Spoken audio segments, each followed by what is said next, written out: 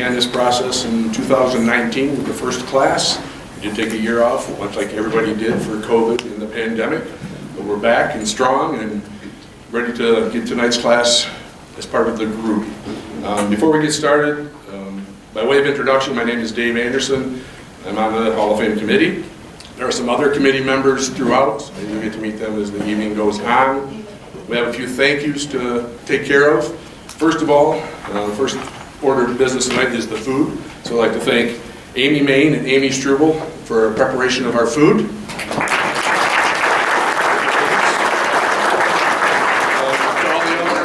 Of the Hall of Fame committee for your efforts in getting this together, and all the work today and the meetings throughout the year. Appreciate it. Thank you.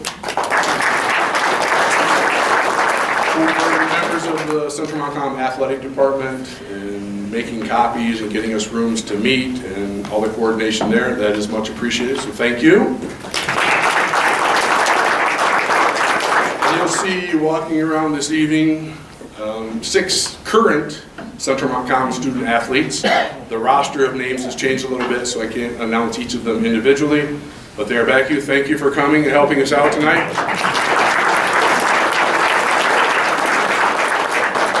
So before we get started with the meal, I'm going to bring up a former Hall of Fame inductee, a former coach, somebody that everybody knows, Larry Peterson.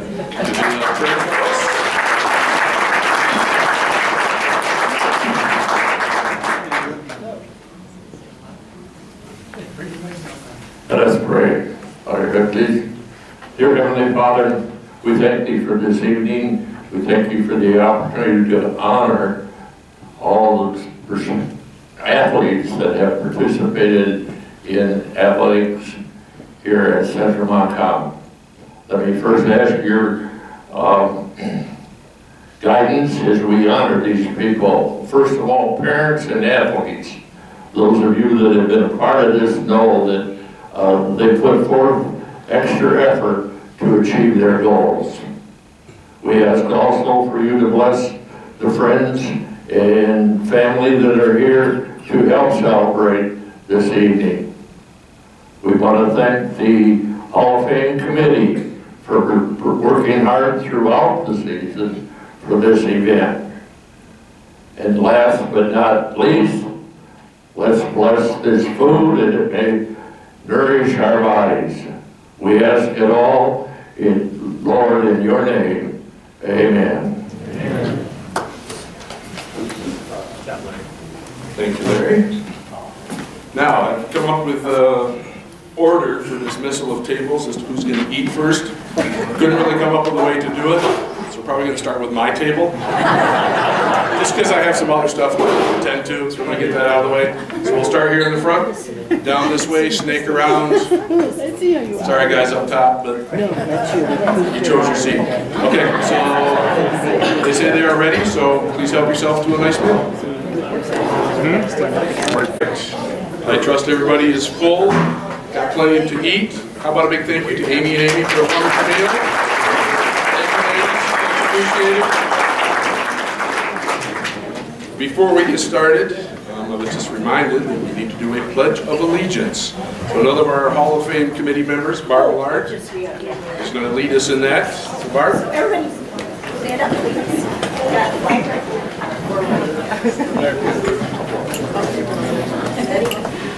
I pledge allegiance to the flag of the United States of America and to the republic for which it stands, one nation, under God, indivisible, with liberty and justice for all. Thank you. We are official now. One of the first things I want to cover is a little bit of the history of the Hall of Fame. But to start that, I really need to give you an idea of who is behind that. I know John's looking at me right now like this, but we're going to do it anyway. As I recall, about summer, fall of 2017, I was reading in the Greenville Daily News about Greenville inducting their upcoming Hall of Fame class. And then I read about Carson City Crystal doing the same thing. Why doesn't Central Montcalm have something like that? So how could we get this ball rolling? So I reached out to John Kearney, who was the athletic director at the time. Unbeknownst to me, he'd already started that process way before that. Had talked to other athletic directors in the area, saw what they were doing, took down some notes, things he wanted to do, things he didn't want to do, and we kind of took it from there. So he and I met on I believe it was a Saturday afternoon, watching some college football, throwing ideas back and forth, taking down notes. A year and a half later, we inducted the first class in 2019. So we won't go into a lot of detail. I mean, we formed the committee, the bylaws, came up with the nomination form, stuff like that. But I just wanted to shout out, John is not active in the committee anymore, but I just wanted to acknowledge his presence for being the brains, the smarts, the work, and everything behind getting us up and off the ground and to where we are today. So John, if you would please stand and let us give you a round of applause.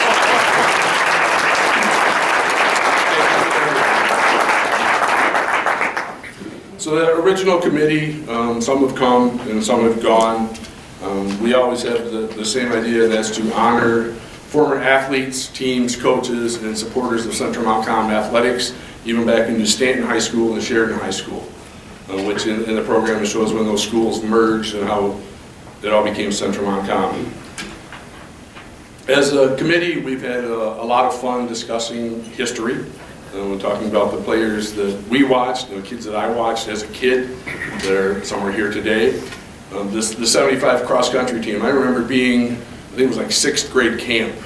They took us all to watch a cross-country meet. And the name that I remember of that is Randy Van Wagner. Is Randy here tonight? I've never met you, but I do remember this. Watch this guy run. Okay? And that was a couple years ago, right? If I was in 6th grade, it's a long time ago. So anyway, lots of stories that we've shared. We've heard some of the legend of a gentleman named Stinky Hansen. Larry has stories on him. We won't get into where he came up with the nickname or what his exploits were. Anyway, by show of hands, does anybody here know what the Red Bull trophy is? Not very many, okay? As legend has it, when Stanton High School and Sheridan High School would play a football game, the winner of that football game was awarded the Red Bull trophy.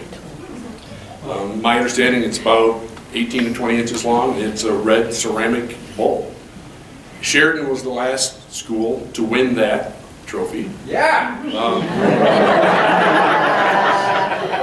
Go Redskins. The next question, by show of hands, anybody know where that trophy is?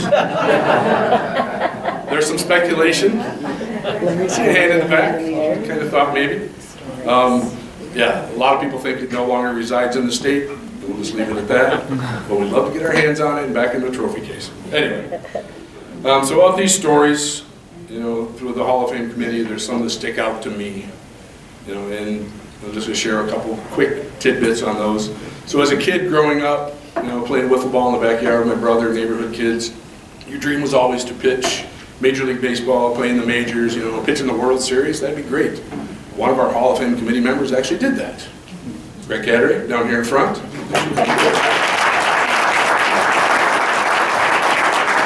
are other members that growing up I had never heard their names before, or maybe went to school with a classmate. Steve Palma is one of those, was a runner. He won the state championship in 1970 for the mile, and he ran a 4:28.7. That doesn't mean a lot to me, but I know I couldn't run a mile in 4:28, so I think that's great. Congrats to Steve. Thomas Baker, graduated from Central Montcalm in 1965. And one of the stories that was told when he was inducted is that he would go to bed at night with his little cassette recorder, with his voice recorded on there, 50 feet, 50 feet, 50 feet, because his goal was to throw a shot put 50 feet. As of today, Thomas Baker still holds the shot put record, and make sure I give him full credit, 52 feet 5 inches. A record that's held since 1965, so do the math, right? That's awesome. We had a class here a couple years, the 1951 boys basketball team, and Earl Crum, who some of you may know, were one of the members of that team and told us a story about sinking a basket for the wrong team in the regional finals. So the story was they were up by a pretty good margin at halftime. Do you remember, John, was it Portland? Yes. They were playing? Yeah. Portland comes out at halftime and starts to press them. And that's not anything that teams did then. So they didn't know what to do, how to respond. Somebody inbounded the ball to Mr. Crum. He saw an open basket, did what he's supposed to do, put it in. And then found out it was the wrong team's basket. You'll be glad to know that they did eventually win the game and moved on to the next round of the playoffs. I see there are some members here of the 1980 boys golf team, state championship, which I believe was the first team state championship. So a round of applause. As a student at Central Montcalm years ago, Don Rasmussen was a counselor in our school, and I had no idea that he was an athlete. Then later was inducted and awarded the medal. He was a track champion. In 1958, he won the 880 yards, I'm sorry, now comparable to the 800 meters, with a time of 2 minutes and 3 seconds. Again, I think that's great, so job done. One of the other stories, I know a couple of the ladies are here tonight that were part of that group. So we're celebrating 50 years of Title IX, which allowed the girls the equal rights to participate in sports. And they told some stories, Kathy and Jane, the night that they got inducted, about how they had to kind of schedule their own events, because the athletic director, whomever, was not doing that. So they get in touch with other schools, they go play, pretty much coach themselves. In softball, correct me if I'm wrong back here, that they wore hand-me-down uniforms from the old baseball team, so like the wool uniforms, to their first year of softball. So a little round of applause for that. So like I say, we could go on for hours. I won't bore you with any more of that, but I have so many memories of people that I watched, and I hope you do the same, and seeing the turnout tonight. It's great to see people sharing stories and reminiscing about the things that they did and how those exploits have grown over the years, if you will. So we're going to continue that legacy, and so people can share things with their families. And as a University of Michigan fan, this is difficult for me to say, but it's great to be green. So I've mentioned a few of the prior inductees into the Hall of Fame. For those of you that are in attendance, would you just quickly stand up real quick so people can take a look around and see who's here?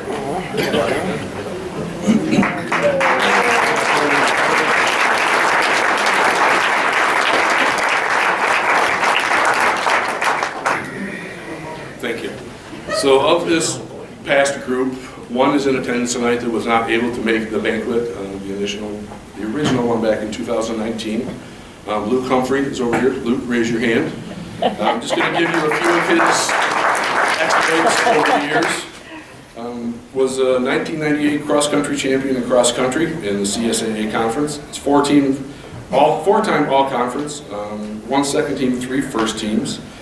It had 2 top 6 finishes in the state meet in cross-country, and was a top 5 finisher in the regionals all 4 years that he ran. Went on to run at Central Michigan, and in his professional career, I guess, top finishers in the San Diego Marathon, New York Marathon, Boston Marathon, and was a 3-time Olympic Trials Marathon qualifier, 2008, 2012, and 2016. How did I do? I get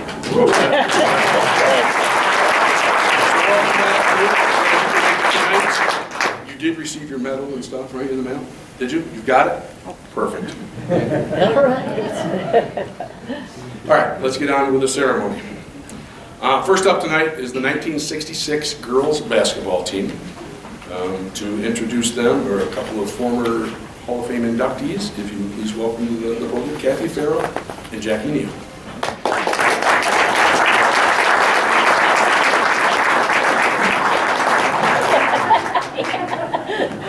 Not going alone, I gotcha.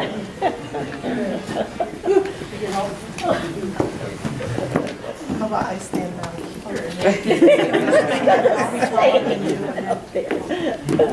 I'll stand over here. The stool. I forgot. That's adjustable. We can adjust it, yeah. Yeah, bring it right down. You can hear me, right? Yes. Yeah. Well, I want to welcome everybody here tonight. A great turnout. That's super nice to see this many people out. I want to also thank the Hall of Fame for working so hard and putting all this together, and it means a lot to me as well.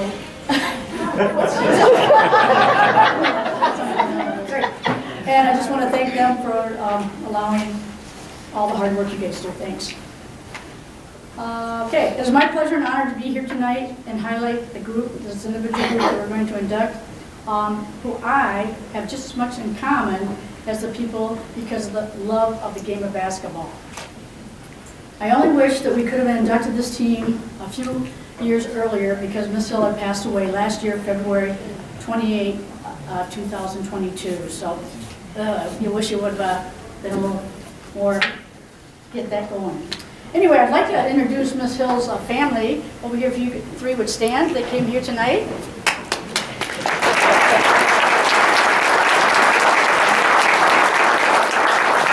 Dan is her brother. Janine is her sister, and sister-in-law Gail. Thank you for coming. Miss Hill also had a dog named Snitchel that was always her companion and always went around with her, was her buddy. So anyway, Snitchel, there's pictures back there on there, you can see her with them. A fun fact, after reading a lot of stats over going through all of this, 56 years ago is a long time ago. But anyway, I looked through a lot of the basketball. 60 years ago, Miss Hill still holds the best record for 5 seasons of being the best women's basketball team. And so I want to unite she only lost 1 game, and they played only 7, so they thought her stats was 5-2, and if she would have won more games, she probably would have won first every year. So that was a great accomplishment. I suspect many of the members here tonight, this might be the only time you guys have seen each other in the last 56 years. Some graduated from college, or some, after graduation they went to college, some opted to do careers outside their home, some raised children, family, and others did all of the above. Some of the 1966 basketball team standing before you, well, we didn't bring them up, did we? Why did you tell me? I got you up here. Well, you can. Guess what? Will the team please come up?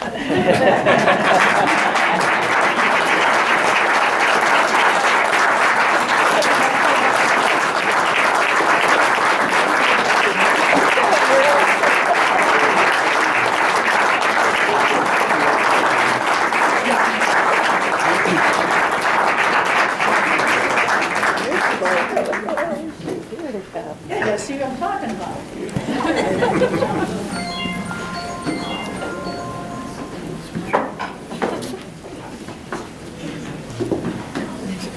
Are we all here? All right, great.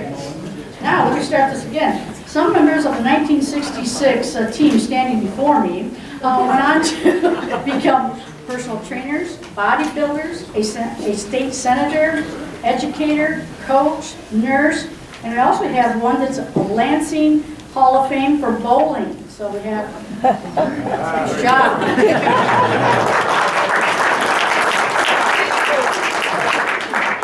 Several team members left Montcalm County and put roots down throughout different areas around the United States. I know some of the large girls was Washington State. We had some from New Hampshire. We had some from Florida. So they're all over the area that they came from. Whenever they're passed, each member contributes to the respective communities, their profession, and families. The experience that we have throughout our lives, we learn and how to shape each other. And over the time, we ask these ladies to give us some highlights of what they experienced during the teams. And Miss Hill's name was echoed throughout. Responses like, thanks, she was a great coach, great friend, great mentor. She taught life skills to these ladies as well as basketball skills. She also modeled the time during the pre-Title IX era. It was more than okay for females to play sports, wasn't it? Yeah. I think we don't have basketball. Anyway, yeah, so it was great. So it's my pleasure You guys just stay there the whole time. It's my pleasure now to introduce the next speaker. I've known this person since I was 4 years old, Kathy Farrell. I do have a little fun fact story. Kathy and I would go up on Saturday basketball practices.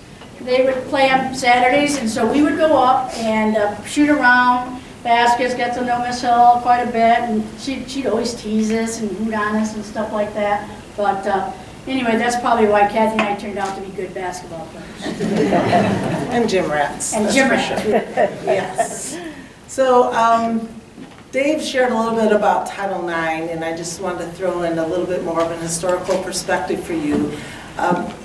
This team, they're all pre-Title IX or athletes, and faced, all of the athletes in that era that were female faced huge obstacles because there weren't opportunities for women. Central Montcalm, Stan and Sheridan actually provided basketball, but many area schools did not. In our area in Montcalm County and across the nation. So yay for Central Montcalm and for Stan and Sheridan for being kind of pioneers for that and offering the opportunities. But with that, you know, Coach Linda Hill coached both JV and varsity without any assistance. You know, 60 women, girls would show up, so conducting all of the tryouts and going through, and many of you here are coaches, fellow coaches, and you know what that's like to communicate with families and parents and try to mentor the athletes. That's a hard job, and to do that by yourself, I can't even imagine doing that by myself. So no assistance. They also didn't have what we would call a feeder system. So now many of our children start playing basketball. I mean, my son started playing, he's like in 3rd or 4th grade, competitively. And they're taught fundamentals and the rules of the game, and they are able to be coached and understand how to navigate in that world. That didn't happen. So not only did Coach Linda Hill have to, you know, conduct coaching and tryouts and manage all that, but she had to teach them how to play basketball, you know, from the ground floor. So that was also a huge, huge undertaking. And with that, she was a great mentor for everyone, me included, Jackie included, with all that. So that's great. Women were limited to 8 games in the season, no postseason. Boys and men had 8 to, I think, 12 with postseason play. Unfortunately, the postseason tournaments didn't happen until the year after we graduated from high school. So we were just a year away from that trophy, that state trophy. But at least that's what we can always say. So there we go. We did have a club called GAA, Girls Athletic Association. And after school, we would meet, and we would have a chance to participate in lots of different sports. And I was a GAA member. How many of you were in GAA? Yes. And that was fun. It was a lot of fun. We didn't get to compete against other schools, tried to, but that didn't happen. So that just gives you kind of a background of that. And I think most of you know this, but just in case some of you missed kind of the memo, this group of women played 6-on-6 basketball. So there were 3 forwards, 3 guards. So 2 of the guards could not pass the center line, and the other 2 forwards could not cross the center line. But 1 of each could go all the way across, and that's how they played. And they could only dribble 3 times. But you know, I don't necessarily think that's a bad thing. You think about team play back in the day, you know, maybe that facilitated a little bit more team play. But as I was watching basketball today, I'm thinking they need to put that rule back in there. I was watching some, you know, floor-to-floor things. But so that was interesting as well. And I believe that they changed the dribbling rule in 1966. And then when we started playing, when we got in high school, we're 5 years behind them, it became 5-on-5. So, but they're still playing with the regulation size ball as well. So there's that. That didn't change until we left high school, and we played that way in college. So to circle back around, we have this group of women who love to play basketball, respected their coach, and found her not only as a basketball coach but a mentor. Coach Linda Hill unfortunately only stayed here for 5 years, but really made an impression on everyone, me included. She went on to Grand Ledge, where she taught PE and physical education and coached for another 28 years. She was awarded she worked with her teams and had 5 conference championships in the greater Lansing area. And she was also inducted into the Grand Ledge Athletic Hall of Fame in her tenure. And unfortunately, as Jackie mentioned, she isn't here tonight physically, but I feel like she's with us in other ways. So that's just sort of my brief little history lesson. Thank you for listening and let me share that with you. And I think we're going to segue back to Jackie and get the medals on these women. Thank you.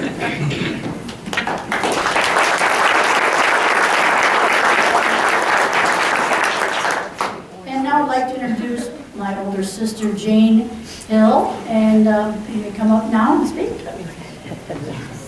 I'm the tallest of 5 girls, isn't it? And I'm the youngest, I'm the That's tallest. the baby. Tip that mic down. We could move her, she could stand up. We could. She could move to the side. Take the microphone off. I need something to lean on. Okay. So, like she said, I'm Jane Hill. I was captain of the 1966 Central Montcalm girls basketball team. Okay. So, the reason I got to be captain is because I was the shortest and the fastest. But after 57 years, it's really been 57, we've gotten a little slower, but we're still good. So, just to say that in the newspaper, the Daily News, after we had won the conference, the Tri-Central Athletic Association Girls Conference that year, we were undefeated and did very well. And in fact, one game, we scored 41 to our opponent's 5. That was good. Good defense. That's what I was. So our JV team was also undefeated that season. But like the girls have said, the 5 years that Miss Hill was here for the game, no relative, just the last name's the same. So, of the 5 years, we dominated the conference in girls basketball. We won 4 out of the 5 years she was here. So that was quite an accomplishment. And like the girls said too, that she did not have the 4 or 5 assistants that they have now, which I think is crazy. We live in Everett, and we go to the girls basketball, and there's 5 assistant coaches for only 10 girls. So I feel that that was quite an accomplishment for Miss Hill to not only have no assistants, she was also teaching several of us the ABCs of basketball because we didn't have brothers or older sisters who knew the game. And so, like they said, only 3 dribbles, and it would have been much better to do 10 or 11, but they do now. Down the court they go. So she was a very good mentor as well as teacher and all that she did. And she said in this article in the newspaper that the girls live, eat, and sleep basketball. So it was on our mind all the time, so we got really good. And just to say that she also did football too. They had a game that year, so her team won though. So that's good. So, of the 3 girls that were in her basketball for those 5 years, 3 of the girls went on to play professional basketball with the Arkansas Lassies. They were Linda Fansett in 64, Pat Halleck in 65, and our own teammate Jackie Black in 69.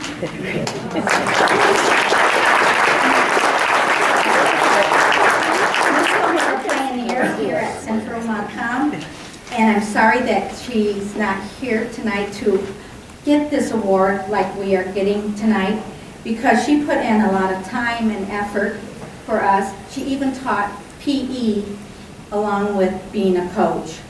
She had many accomplishments while she was here, and I thank her very much for doing that, and I thank her for all the time and energy she put in to teach us and stuff, and I especially want to thank her for all the pizza parties we had after home games at her house. So that was cool. So I also want to thank the Hall of Fame committee for choosing us and inducting us into the Central Montcalm Hall of Fame.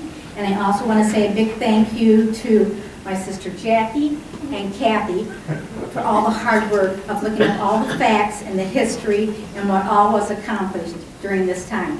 And I thank you so much for coming tonight to attend this.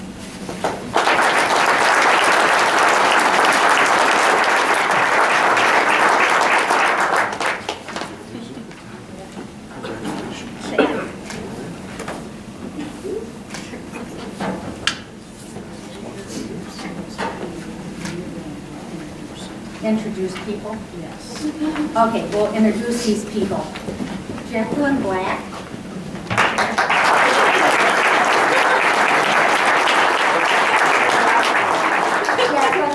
Who's Jackie? Yes, always.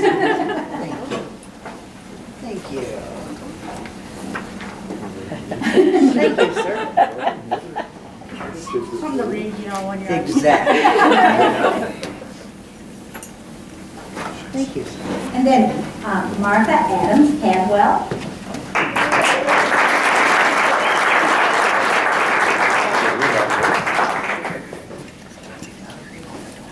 Thank you very much.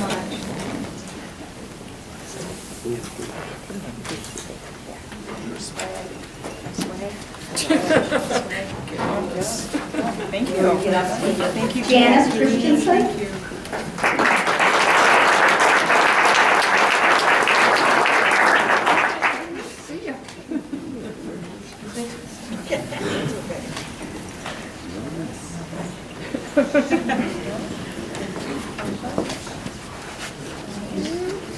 Kit Hansen. One more shake with him. Kit Hansen.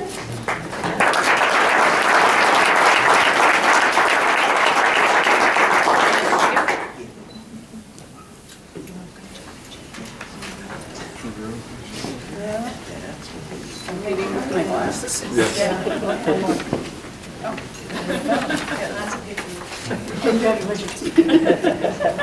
Jackie Johnson.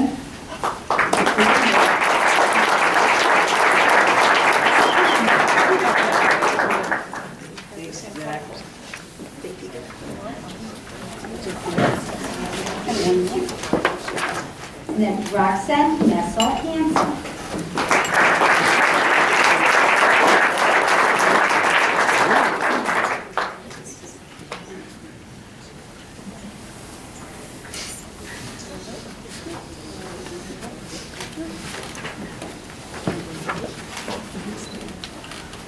Connie Peterman Schultz.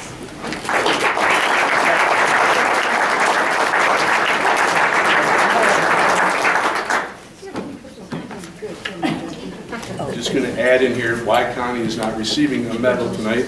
She's already got one. She was one of the original inductees in our class as a supporter of Central Montcalm Athletics. She's been taking tickets at events for a long time. 40 plus years. Wow.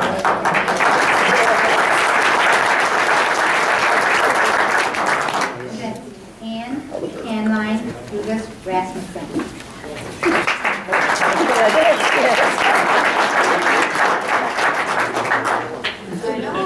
I'm up here.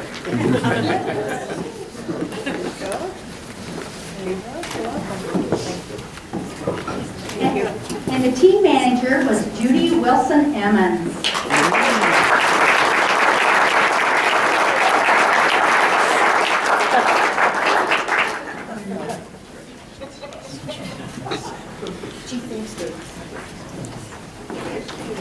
And then for Coach Hill, her brother, Dan, will receive the medal for her.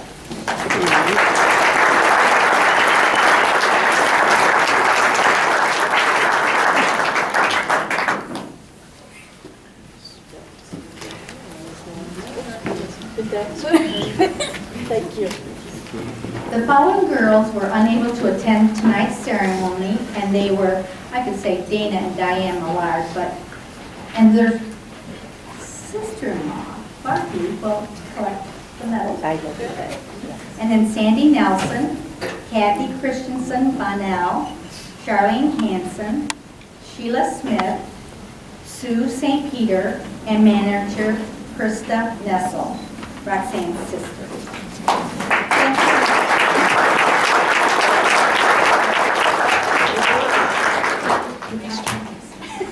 We may be seated. Thank you. Thank you. Nice job.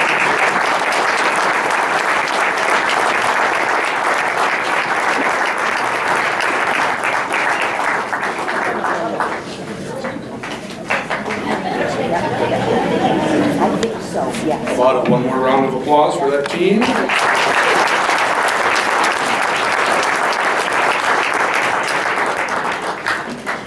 Moving forward, our second honoree is a former three-sport standout in Central Montcalm, and the third member of this family to be inducted. Sorry, Steve. Please welcome his presenters, his brothers, Steve and Brian Thwaites.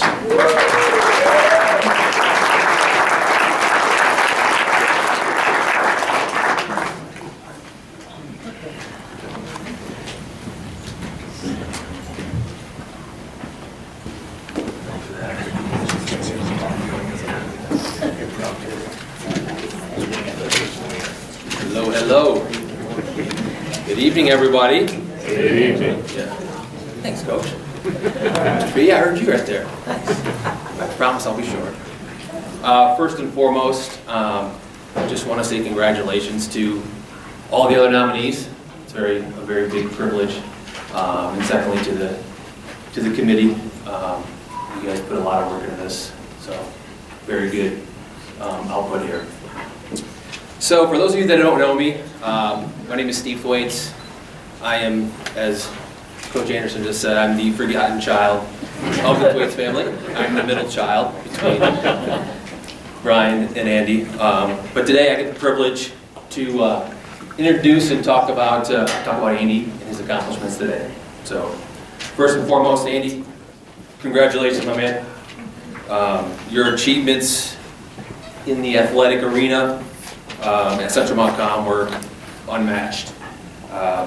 Maybe with the exception of your older brother, but truly it was a blessing to see you excel on the field, in the classroom, whether it was football, basketball, or baseball, it didn't really matter. You were always a joy to watch, and by far one of the best athletes. I think Coach Gurney mentioned it yesterday, one of his speeches yesterday on the radio, that Andy was probably one of the better athletes that he's seen come through Central Montcalm. And obviously I'm pretty play some favorites there, but I think you don't see too many studs like Andy was. Growing up, we had some big shoes to fill. We had Mr. Brian there that laid a really good foundation for us. I remember spending hours in that gym and then hours in the other gym. You know, rebound after rebound after rebound. You know, us two and Dad chase rebounds for Brian. And then when it was my time, you were doing the same for me, chasing rebounds for me. So much appreciated for that. And when it finally came to your time, you know, it was Dad and your boys, Jake, Tyler, Zach, Ryan, Casey. I'll give you guys a little shout out back there. Thanks for coming, boys. But you guys continue that tradition of hard work. That was necessary to win championships. And you guys really put Central Montcalm back on the map, you know, when we came through. So kudos to you guys. I would say that you all did a very good job of building your own legacy. But I will say the fondest memory of your career with all the sports would probably be the fall of '99 when Dad got sick. What you guys were able to do in terms of persevering through probably the most difficult time for all of us was unmatched, and the run you guys made in the playoffs was was unbelievable. So kudos to you guys on that. It was, again, it was a great time to watch. Definitely a tough time for us personally as a family, so awesome job. I could stand up here and tell stories for days, but I know Brian is itching to talk here. But I'll leave you with this. Your athletic accomplishments speak for themselves. Your career here at Central Montcalm and Ferris will always be one of the best. Our intense games of horse will always continue. Between the three of us and our arguing of who the best shooter and scorer is, and was, and still is will never go away. But however, what's most gratifying for me is seeing the amazing husband and father you become to Kristen and Ava. You built yourself an amazing life out in sunny California, which I do love to visit one country, so it's awesome. But the good thing about it is that you never know where, you never forget where it all started, right here in Stanton, Michigan. I'm truly honored to be your brother, and I know that Dad is looking down, proud as hell. Congrats.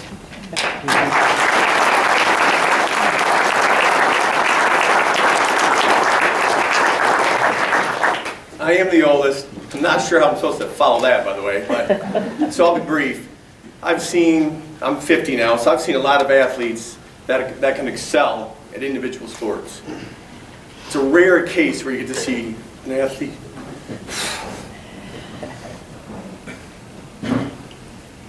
excel at 3. You know, I thought I was pretty good back in the day, but you know, I've got to play in Division I basketball, Division III. I've got to watch Division II. My son plays Division II. I've watched Andy at Ferris, and I tell you what, there's not many athletes that I've seen that have been better than Andy. So, congratulations.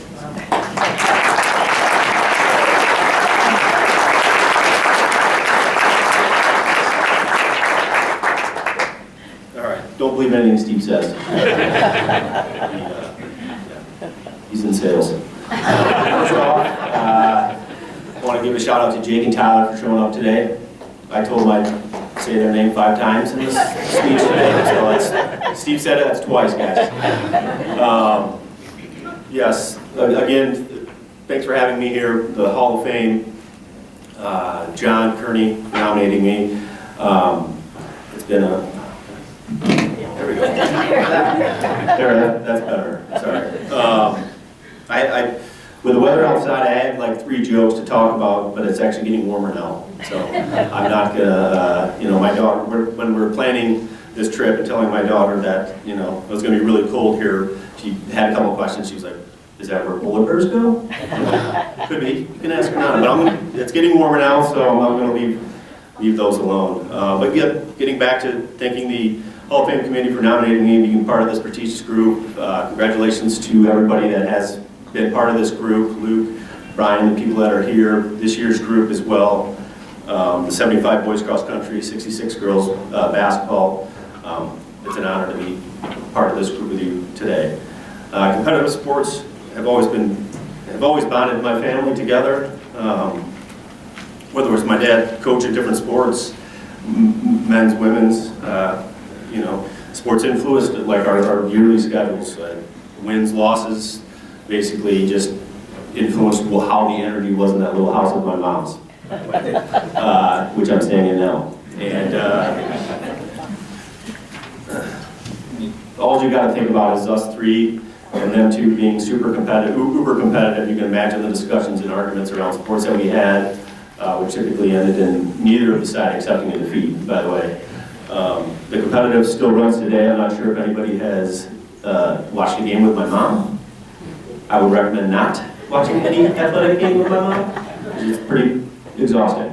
And I can honestly say that about all of us too nowadays. I mean, we can be together for 5 minutes and it turns into a sports talk and one of those bad ESPN 2 o'clock in the afternoon sports talk. So, but we've been around sports so long, it's second nature for us to critique and have our opinions on things. But when I look back at my career at Central Montcalm, I think of, these halls, the carpet, these rooms, dribbling down the hallways, turning on the lights with the funny keys that look like a broken fork.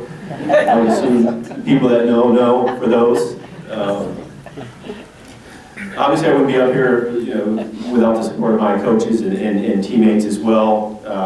One advantage we had growing up in Stanton in the 80s and 90s is that there was literally nothing to do but sports. No cell phones, social media, no distractions. Like sports was a culture our parents and older brothers created well before us, and the kids my age just kind of followed suit and advanced that success in that culture. Another advantage we had was that multiple families in the community had all kind of children that were around the same age, Jake and Tyler. So there were a lot of kids getting involved in sports back in the day, lots of tryouts, and we had a lot of kids being active back then. It didn't take long for us to form groups of friends that were like-minded, enjoying playing the same sports, and we were able to play together basically for our whole career, which I think is actually pretty rare nowadays. And I also think that playing with for so long with all these guys, I truly believe that bond we had throughout the early years paved the way for our success in middle and high school. We looked after each other, made fun of each other, and most importantly, we continued to challenge each other. That continuity that we had back then really brought on a lot of winning and a lot of championships, which is good, which is why I'm standing here accepting this award. So I thank you guys, Tyler, Jake, and my other classmates and others tonight for continually working on your craft and pushing me as well. We'll always have those banners, which I saw last night, by the way, hanging up in the gym. Growing up, there was never a lack of coaches around. From T-ball to varsity sports, our coaches were always members of our family, typically being a small town, or somewhat close to our family. Because of this, at an early age, I think our group, started and then learned how to get coached, especially living with a coach and my dad. And I think nowadays, anybody in athletics knows that the ability to have kids that accept coaching is a big thing and can lead to success. And I think we had that back then. I think the coaches saw our potential at an early age, and they continued to challenge us even with when success grew and the older we got. I will say, as I get older and I look how young our coaches were at the time, now I'm 41 years old, and thinking about my dad, Coach James, Coach Kearney, Coach Nichols and stuff, and as now that I'm that age, I will not do that, so thank you. I take my hats off to you gentlemen. Thanks for the patience and the bunch of cocky kids that we were, and we wanted to win really bad, and they led us to that. Coach James, Coach Kearney has been close family friends of mine, and have always looked after me. From rides to practice to serious discussions on what I need to do to become a better player and a better teammate. Both coaches and their families played vital roles in support and battle. When my dad was diagnosed with cancer, as everybody knows, it was a tough time. It means a lot to reconnect with some of you here tonight, as a lot of families around the community were extremely important during my athletic career, and also supported my family.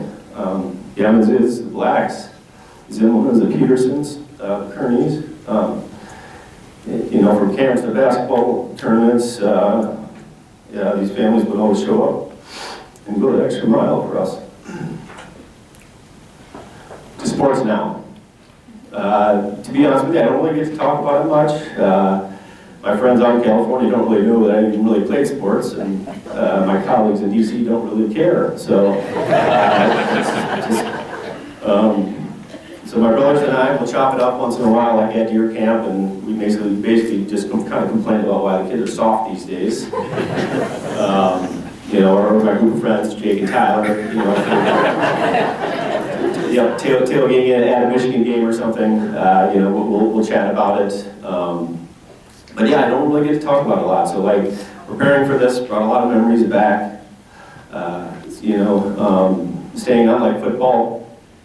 My journey with football started at a young age. For as long as I can remember, I had a football helmet and pads, and typically they never fit. They're hand-me-downs, like Dallas Cowboy helmet that I specifically remember was a concussion magnet, I would assume.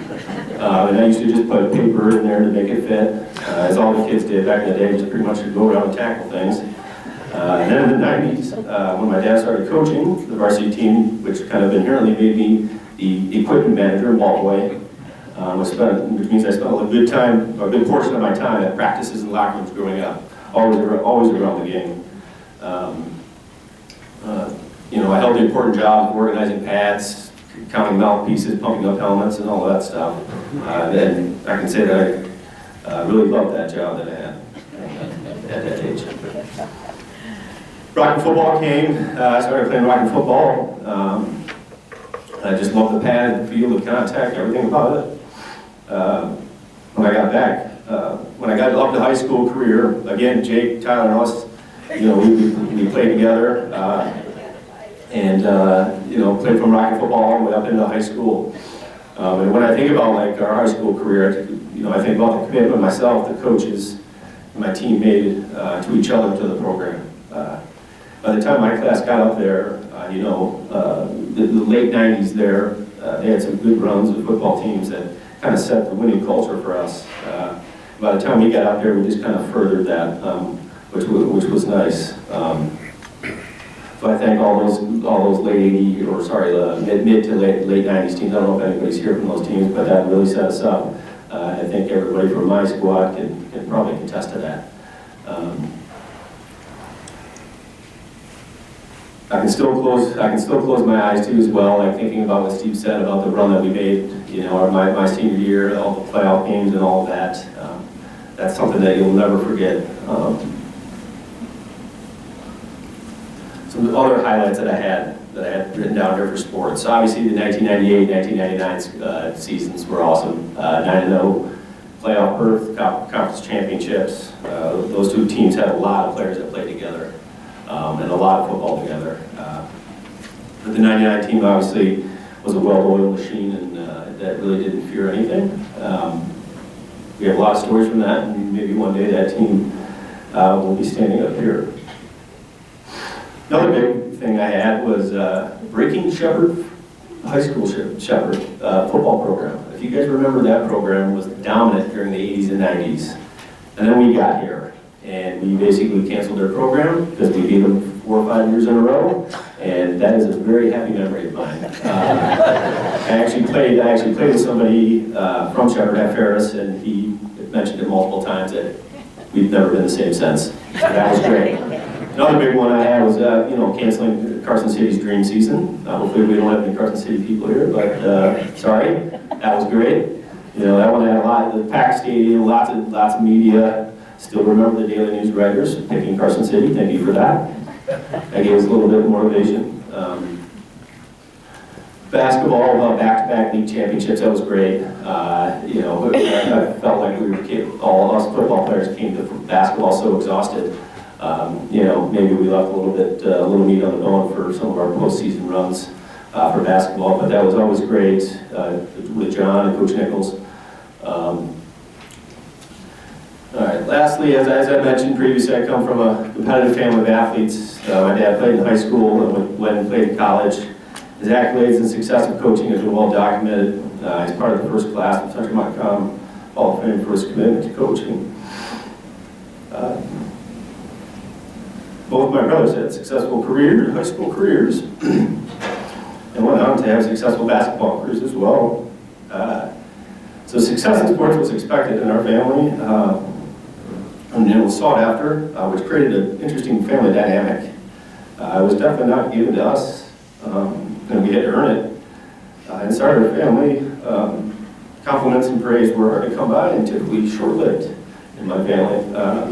Even after a win, there were discussions on what we could have done better for the next one, for the next game, and what we could have done to become a better teammate. Don't even talk about the losses. Let's just say excuses were useless, and my mom was not a safe zone. But that was always worse than my father. And I mentioned sports influenced, our yearly schedules. Later, when I started to get in middle school and high school, and these guys got in college, just want to break down a few things about like our schedule during basketball season. They both played, roughly 100 high school games and 100 basketball games. That's 200 games total. Who do you think went to all of those? While also playing. Right? I mean, that's, when they got in college, that was Wednesdays and Saturdays to Grand Rapids to watch Brian play Kelvin. That was Wednesdays and Saturdays to watch Steve play at Kalamazoo while I was playing on Tuesdays and Fridays. These commutes, I'll never forget. It's any type of weather, and their little sedan. We would rain, sleet, snow. It could take us 5 hours to get home from Kalamazoo. We would do it. And during those commutes is where I grew fond of, evenings with Delilah, 105.7. And also where I really got into the soundtrack of Cats, if anybody remembers that, because my mom was a big fan of Cats. So I knew every song of Cats. At the end of the day, my parents were loving, competitive. They challenged my brother and I every day. Looking back, I think about how they got to witness their hard work come full circle with all the success that I had and my brothers had. To me, my dad is a legend. I'm grateful for everything he taught my brothers and I. My mom, thank you for all your care, hard work, and toughness. As a parent now, I can only hope to have that type of impact on my child or children that my parents had on us. Wrapping this up, I'm grateful for the lessons that I've learned growing up here and the people that influenced my love for sports and such Montcalm. I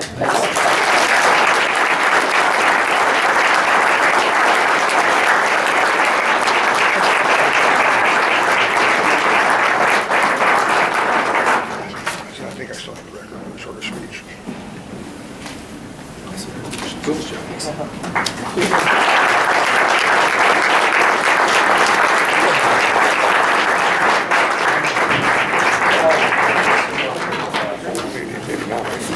Thank you, Jake and Tyler.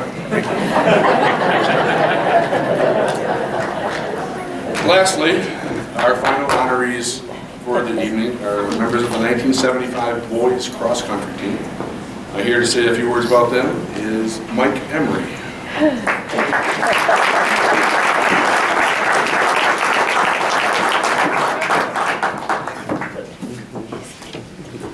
All right, well, normally it would be Coach, what'd I do? Not going far enough. Well, he does that 50 times a day. Yeah. Normally it would be Coach Tom Turnbull here to introduce his team from 1975, but unfortunately we lost Coach in 1987. So my name is Mike Emery. I'll be trying to honor Coach Turnbull today, and at other times I'm actually going to represent him in a role that he would normally play. We plan to organize this kind of like what Coach would have done at an end-of-year banquet. Talk about team accomplishments, introduce you to each of the guys, and kind of summarize their contributions. Now, I am a member of that 1975 team, but as the slowest of them, I hope you don't mind hearing from me how good these guys were. Okay? Actually, I am probably the perfect guy to do this, because I watched them all year long as they ran away from me. But before I get started, the Hall of Fame Committee has received a lot of thanks today, and I want to continue that. So I'm not going to say a lot of words like I was going to, but I do want to know who you guys are, right? I've been listening to people thank you, and we appreciate you so much. But I would like to take the moment to actually personally thank and recognize each member, because I don't know who many of you are. So as I call your name, please stand, remain standing until I get through the whole list, and then to the rest of us, let's hold our applause until the end, please. So I'm going to first start with my Hall of Fame baseball coach, Larry Peterson. If you'd stand and stay standing. And we have Dave Anderson, Dan Bazin, Jane Hemingway. I want you to know who they are. Yeah. Athletic Director Chris Colby, I guess, is not here. He's out of town this weekend. Barb Millard. Where are you, Barb? Thank you. Brianna Raymond. Brianna. Lori Schaefer. Where's Lori? Good. Adam Wilmore. Okay, this is the current, but hold your applause yet. I also want to include previous committee members. We've already recognized John Kearney many times. So thankful that you started all this. Shelley Meisner. Is Shelley here tonight? And Chuck Celebrez have been key members. So without their efforts, we would not even have a Hall of Fame. We would certainly not be here enjoying each other tonight. So let's show them that they are appreciated.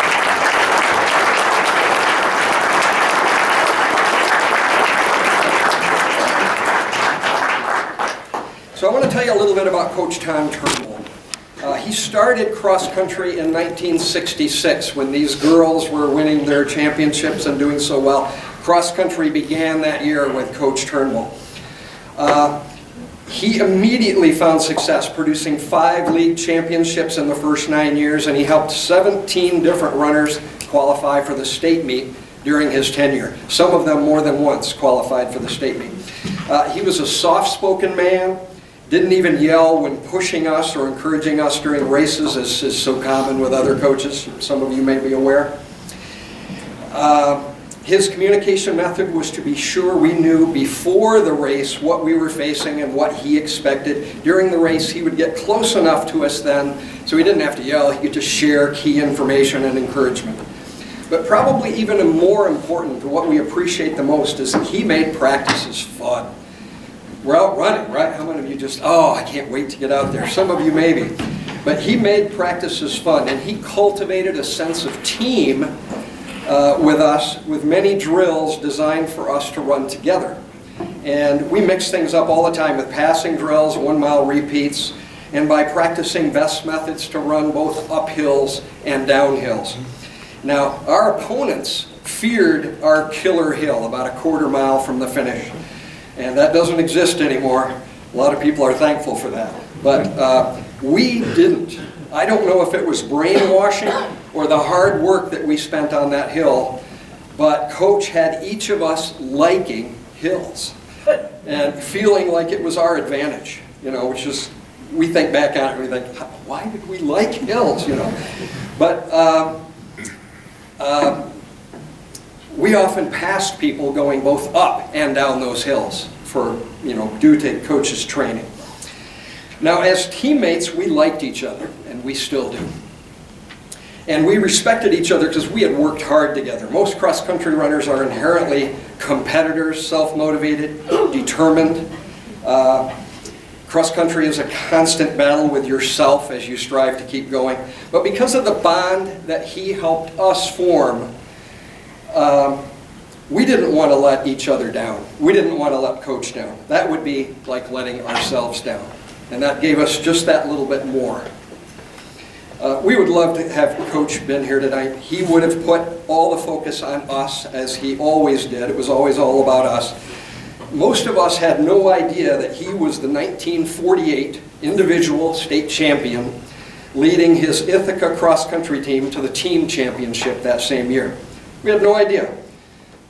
We were pleased to find out that in 1987, just before he died, he learned that he was going to be inducted into the Ithaca Hall of Fame as their only state champion in their history. But you know, when most of us found out about his success, last November, what was that, 3 months ago? That's when we found out about that. Our team got together for a reunion breakfast. We were about to be honored, and we thought, let's get together. A lot of us hadn't seen each other in a long time. And Brett Evans told us a story, and he's given me permission to share that story today. So at the state meet in 1975, Coach passed out the program, right? And Brett looked it over for a while, and then he said, hey, Coach, this program says the state champion in 1948 has the same name as you. And Coach just looked at him. I don't know how many of you know Coach Turnbull, but he got that sly smile of his, you know, and he simply said, isn't that a coincidence? So that was just classic for Coach. Even when specifically asked about his success, he just brushed it off. Subject got dropped. And you got to remember, matter of fact, Brent's family moved to Rockford, 2 days after the state meet. So we never heard that story until then. But all these years, most of us had no idea he was always about us. So we're pleased today to have his daughter come up to receive his medal and certificate. Karen Turnbull Dodds. Karen, if you would, come on up.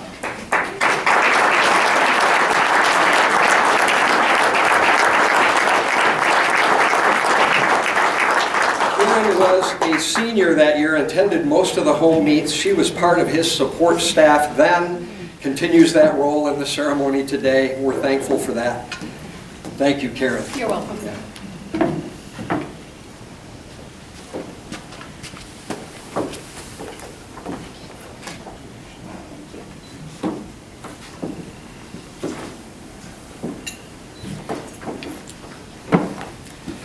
Okay, now I'd like to represent Coach Turnbull and talk about team accomplishments. So to save time, let's get the whole team up here, all of you at once.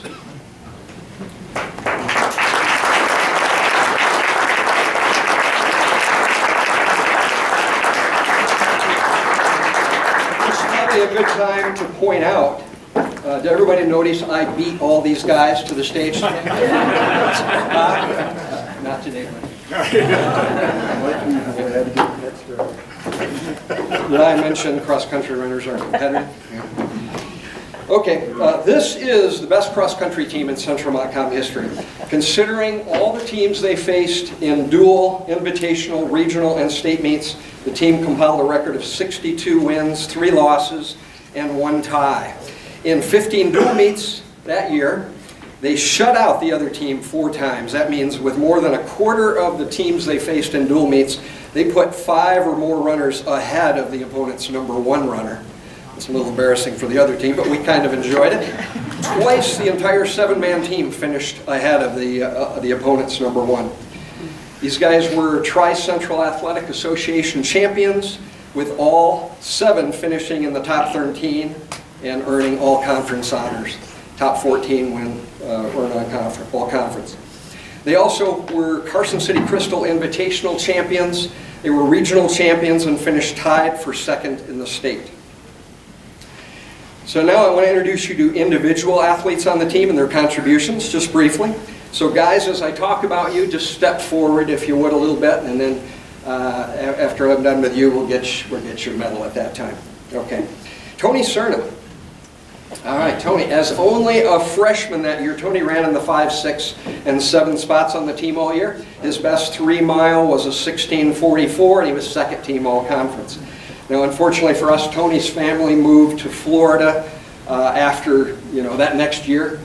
And so we didn't get to enjoy him after that and his success in the later years. But his senior year in Florida, Tony finished 7th in the state in cross-country. We missed out on that here in Michigan, but he had a lot of success. He run that 15:19 time is what he ran his senior year. And had he run that for Central Montcalm, that would clearly be in the top 10 of all time at Central Montcalm history. Unfortunately, it was not here.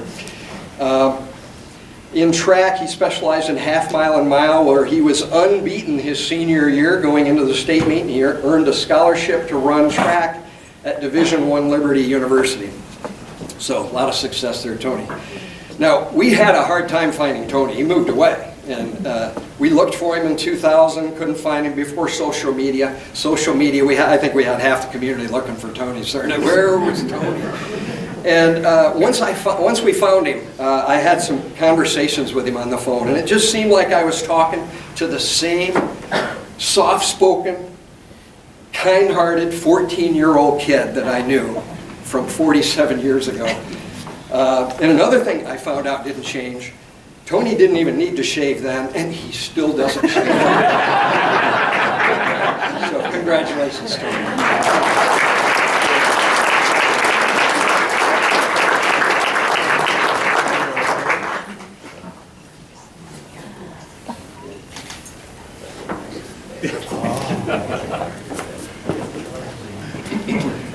Okay, John Vaughn. John, step forward if you would. Good. John, thank you. As a sophomore, John typically ran in the 4, 5, and 6 spots all year. His best time, a 16:28, earned 2nd team all-conference. Coach honored John that year with most coachable. He also was a wrestler at 145. Thank you. ran track all 4 years too. Congratulations, John.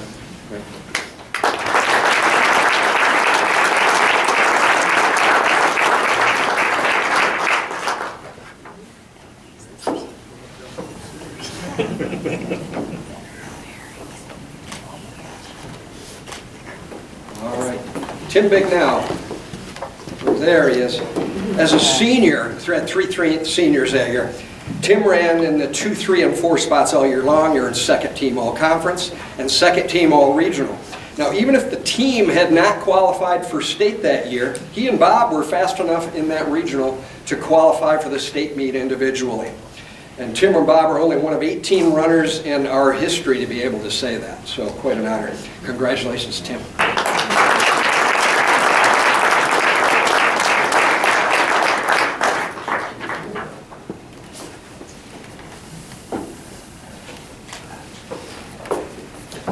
Brent Nevins. All right. Brent, another one of our freshmen. He ran in the 2, 3, 4 spots all year. He was first team all conference. His best of 16:15 set the freshman record, which stood for 20 years. And now, after 47 years, Brent is still fourth on that fastest freshman list. So, excellent. Brent's family moved to Rockford, 2 days after the state meet. He helped them qualify for state each of his 3 years there. Also, this guy thinks you just show up every year and go to state. Well, that's just not the way it is. But maybe if you're on other people's team, that's why you go to state. But we're thankful for that. His best time at Rockford was 15:41, and had he run that for CM, it's kind of like Tony's story there too, that would clearly placed him in the top 10 fastest all time at Central Montcalm. So, congratulations, Brent.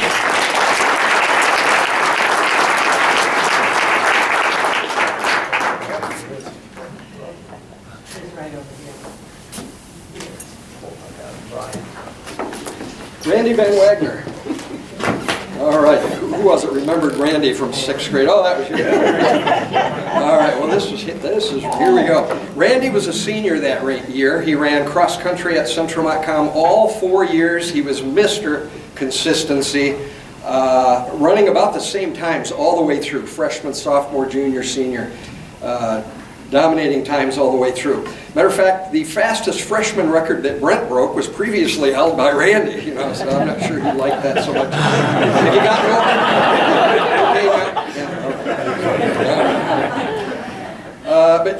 over? Okay, then as a junior, he ran that 16:15 time, which was the second fastest junior time of all time at that time, and he's still number 7 on that list. So I don't know if you knew that or not. Yeah. And in his senior year, he ran similar times, ran all year in the 2, 3, and 4 spots with Tim and Brent. So congrats, Randy. All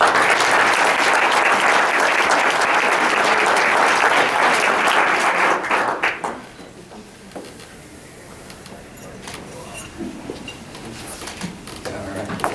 Bob Klingbeil. His senior year in '75, Bob was our most valuable runner, finished first on our team in every single race. But do you think Coach Turnbull and we as teammates thought highly of Bob? Yeah, absolutely. Yes, we did. The first evidence of that was the year before, his junior year. Let me see, I lost my spot, yeah. Oh, Coach selected him as most coachable, and we voted him most improved and most valuable that year. But in 1975, he was first team all-conference, one of only 6 in Central Montcalm history to achieve first team all-regionals we talked about, earned going to the state meet. Even if the team had not gone, he would have gone. In his career, he set 12 meet records. His best 3-mile time of 15:56 made him the 3rd fastest runner in Central Montcalm history at that time. Now, after 47 years, he's still the 9th fastest runner in our history. So, congrats, Bob.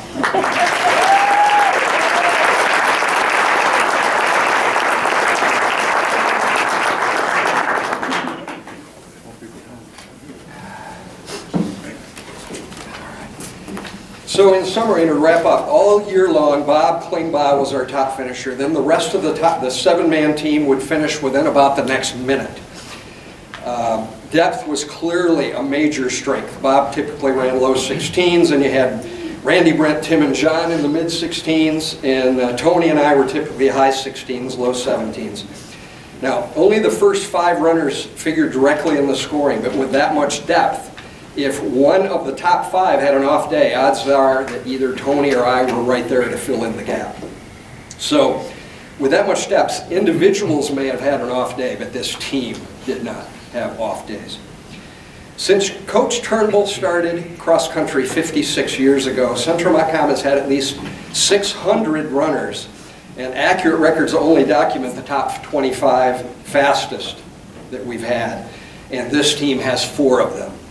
On that list, it's clear that, 4 of them on that list, I'm sorry.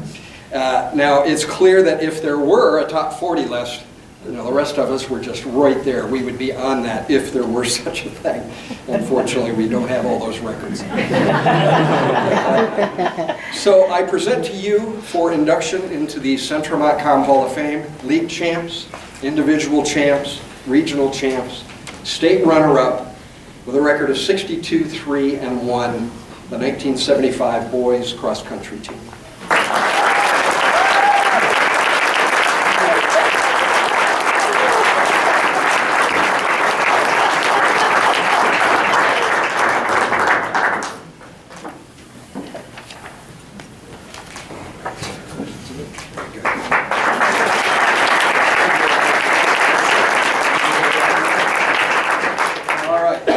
I think we're still good to go. Tony, you want to go ahead and say a few words? Go ahead. And then I think Bob too.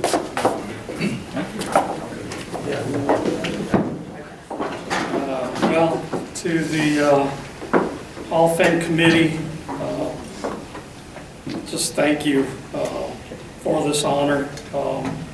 These guys, they worked very hard, very dedicated to this team, to the sport, and I look now and I think I almost missed this.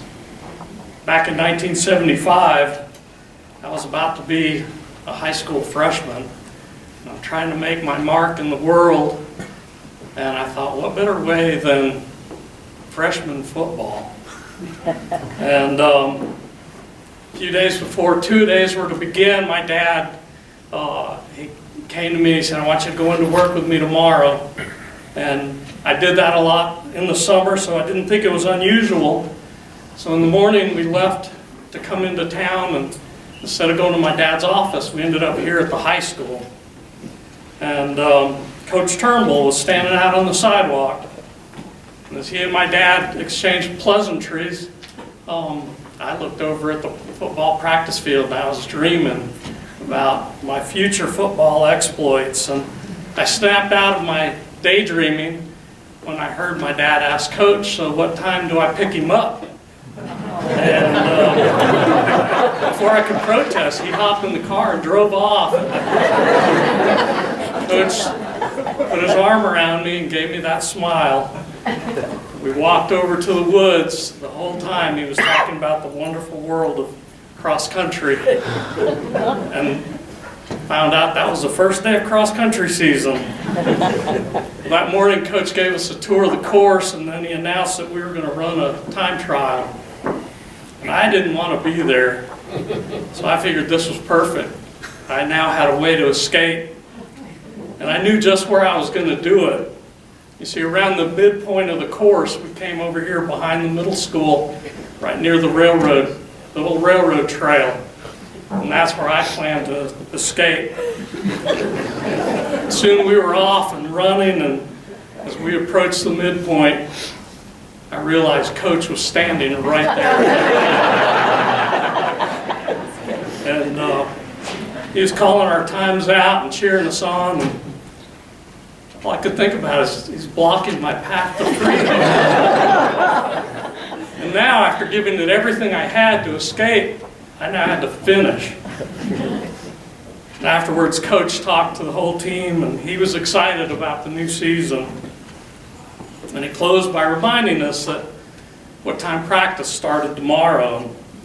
So I walked away. I just smiled, knowing that I wouldn't be back. But as I was leaving, Coach came over, and again he put his arm around me and he smiled.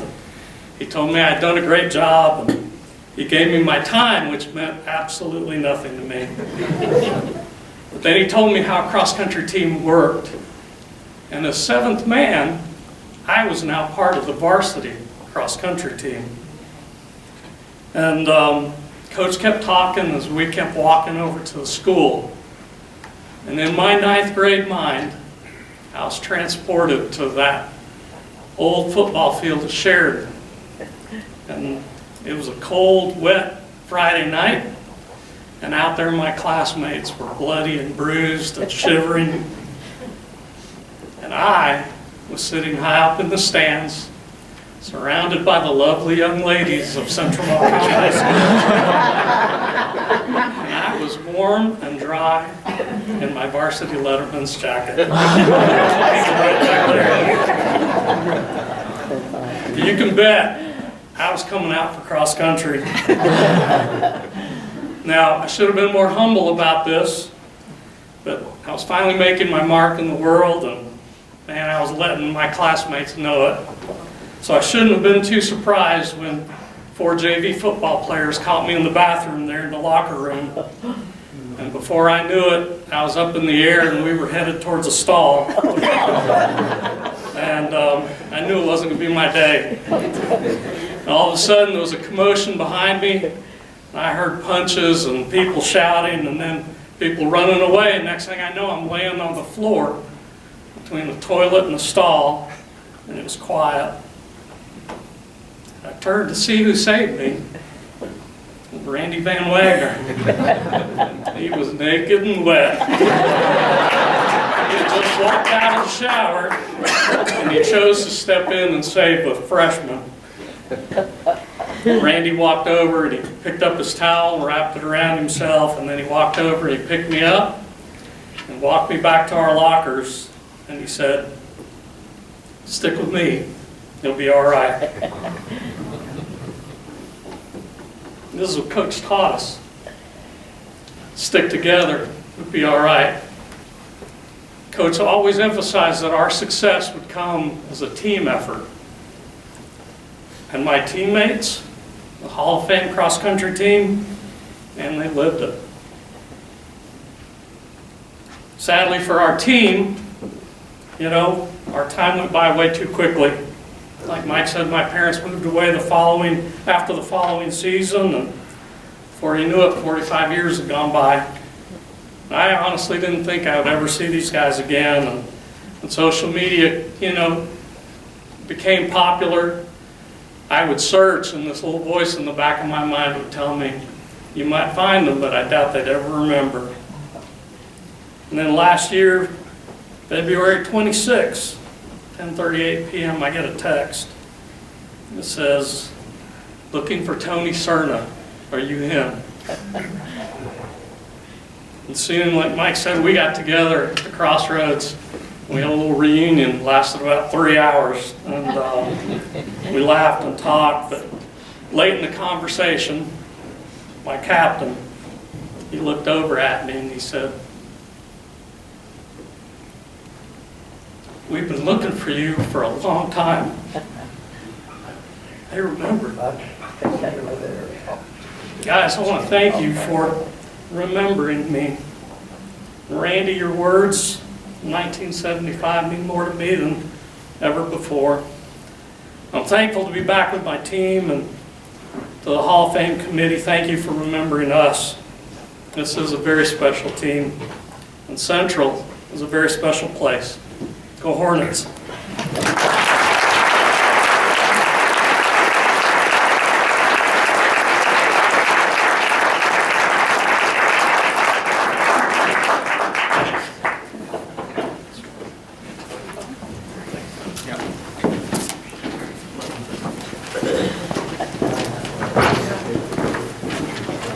Oh, one more round of applause for that team.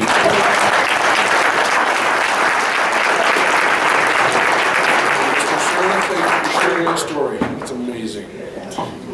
All right, We are about done and ready to get out of here. A few closing tidbits for everybody. The photos that you see on the table in the jars, you're welcome to take those. If you see any that you like, go ahead and take those home with you.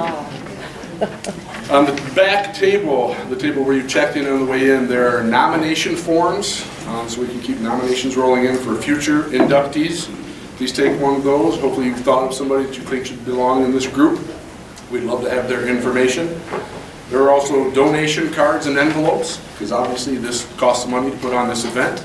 So anything that you feel interested in donating to us, we'd be glad to receive those funds and put it to future banquets. One of the things that I have here, I have a piece right here. This is a piece of the original basketball floor from Central Montcalm High School that they installed in 1963. I have a tote full of pieces up here. Some of them have paint on them, some of them do not. It's stamped on the back that it came from a manufacturer in Reed City, Michigan. They are available if anybody would like one. You're welcome to make a donation for a piece or two or more of those. It would make a nice keepsake for somebody if you're interested. Come see either Adam or I when we're done. We're going to take some photos of all the inductees, so when I'm done speaking, we'll clear some of the tables out. We'll take group photos, individual photos, anybody that'd like to up front here, in front of the banner. One new thing we're going to do, and Dan, I'll need your help with this, whomever. As soon as you're ready. We're going to do the Central Montcalm fight song.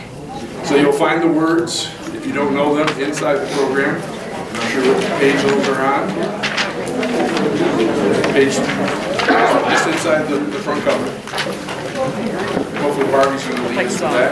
Well, y'all gotta stand up. Stand up, please. You don't remember them? Oh, gotta get some.